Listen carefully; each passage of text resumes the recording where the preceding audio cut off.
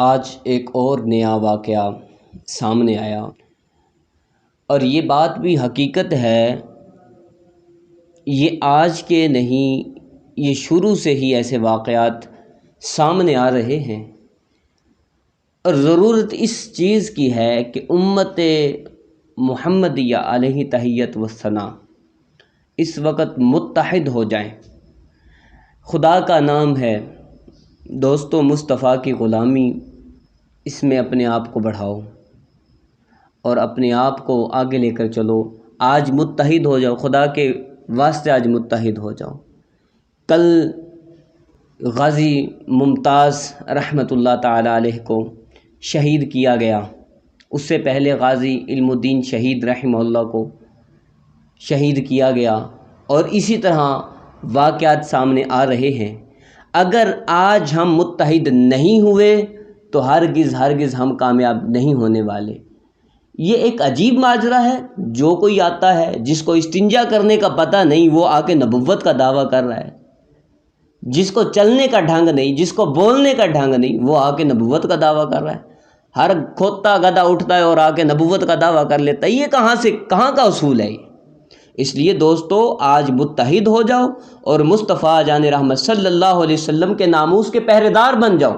خدا کے واسطے سب کے لیے پیغام ہے، یہ کسی بھی ملک میں ہو مسلمان، اور یہ نہیں کہنا ہم تو امن پسند ہے۔ امن خدا کی قسم مصطفیٰ کی ناموس کی پہرے داری میں ہے۔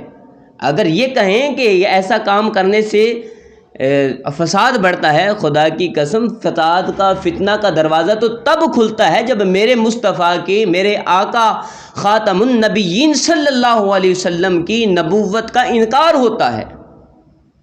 آج پاکستان اس قانون کو نافذ کر دیں اور اس قانون کو عام کر دیا جائے، دیکھیں گے پھر کون اٹھ کے گستاخی کرتا ہے۔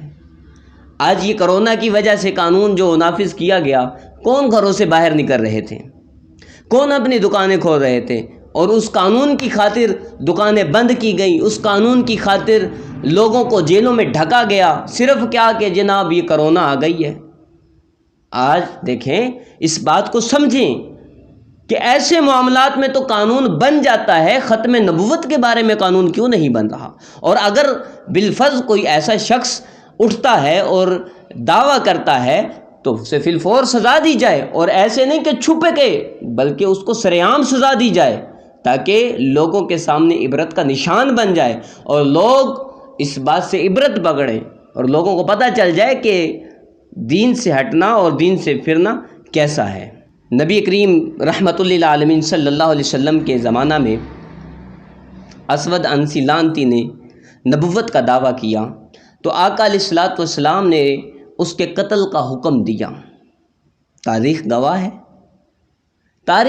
ہے، آقا نے اس کے قتل کا حکم دیا، اور حضرت فیروز دہلوی رحمہ اللہ رضی اللہ تعالیٰ عنہ، آپ کو پتہ چلا کہ آقا علیہ الصلوۃ والسلام نے اس کے قتل کا حکم دیا ہے، تو اس نے اپنی چچا زاد بہن کے ساتھ مل کر اس اسود لعنتی کے قتل کا منصوبہ بنایا، اور پھر محل کے بیک سائڈ سے نقب لگایا، اور نقب لگا کر اندر داخل ہوئے، اور رات کے اندھیرے میں جس وقت آپ نے قابو پا لیا اس لعنتی پر، تو اس کی آواز سن کے جب گارڈ آئے تو اس نے آ کر کہا کہ کون ہے؟ حضرت فیروز دہلوی رحمہ اللہ نے فرمایا، رضی اللہ تعالیٰ نے فرمایا کہ خاموش ہو جاؤ، تمہارے نبی پر وحی نازل ہو رہی ہے، ہاں ٹھہر جاؤ۔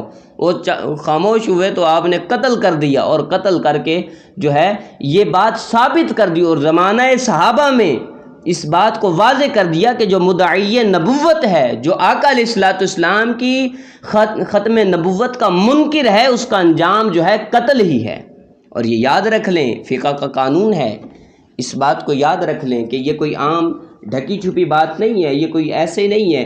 اگر مسلمان نے مرتد یا مرتدہ کو قتل کیا تو اس صورت میں قصاص نہیں ہے، یہ عالمگیری کا مسئلہ ہے، یہ فتاوی عالمگیری کا مسئلہ ہے۔ اس بات کو واضح اور عام طور پر واضح کرو، اور دوستو متحد ہو جاؤ، خدا کا نام ہے، کوئی پیچھے نہ ہٹے، اور فرقہ واریت کو پیچھے کر کے مصطفیٰ کی غلامی کا پٹکا پہن کر آقا کی ناموس پر پہرا دیں۔